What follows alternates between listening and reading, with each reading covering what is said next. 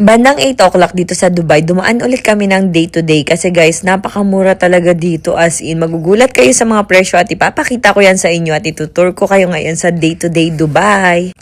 Open nga pala ito ng 9 a.m. to 1 a.m. Kung pupunta kayo ng Dubai, pumunta kayo talaga dito sa day-to-day mall dahil grabe, sobrang mura talaga dito. Ito nga pala yung second time na pagpunta namin dito ng asawa ko. And kita nyo naman, napakarami talagang tao ang pumupunta dito. Iba't ibang lahi, may Pinoy. At meron din mga taga Dubai at iba-iba pang lahi. At literal na best deal talaga guys. Ito, magugulat kayo sa akin sa pakita ko sa inyo ang bawat product dito. First day namin sa Dubai na pamahal talaga kami.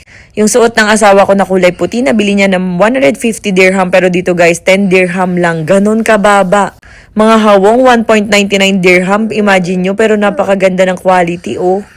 Ang palitan nga pala ata kapag sa Pinas is parang 15 pesos kada 1 dirham. Ito is set na yan ha, 20 dirham lang guys.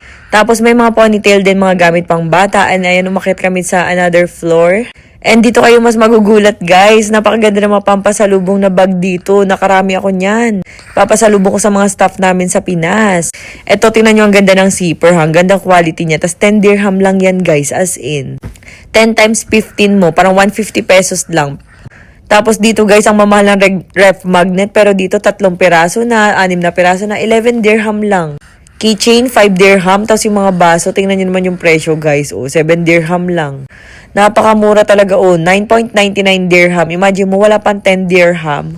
Hindi ko nga kayang ikutin tong buong to. Kaya pumunta na lang kayo guys. And dito sa parang 3rd floor, mga damit naman. And tingnan nyo tong damit guys ha. Kung magkano lang, 5 dirham lang. Imagine nyo, ang gaganda ng mga quality ng damit dito.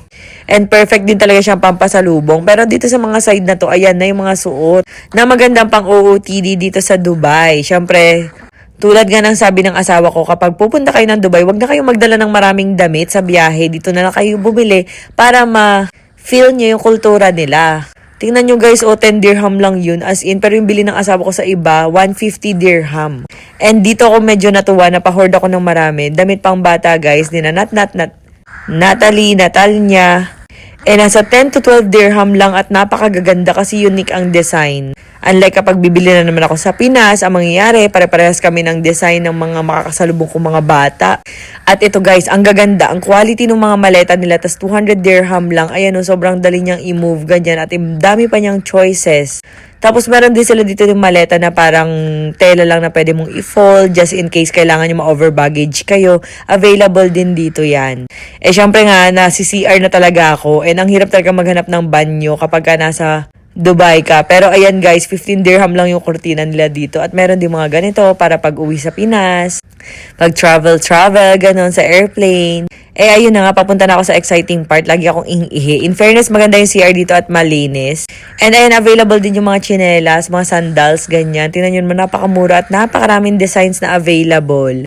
20 dirham lang, pwede ka na mamili ng color na gusto mo.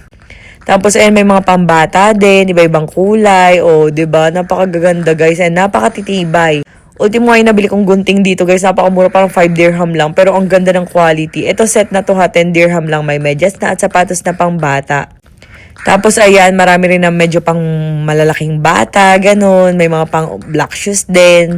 May mga shoes din pang bahay, pang lakad, pang forma, may mga medyas, at may mga pantulog din ng pambata na napakaganda at napakamumura. 10 dirham lang guys, imagine nyo.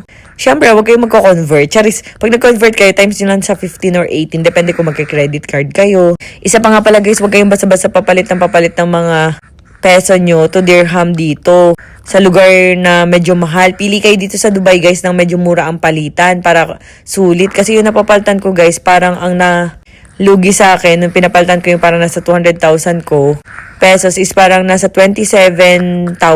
Hindi ko na-compute yun, guys. Pero kapag parang sa mga application kayo, parang 15 lang kada palitan. Pero yun sa akin, parang pumatak siya ng 18. So, ayan. Binigyan ko na kayo ng tip dahil ayokong mapamahal kayo dito sa Dubai.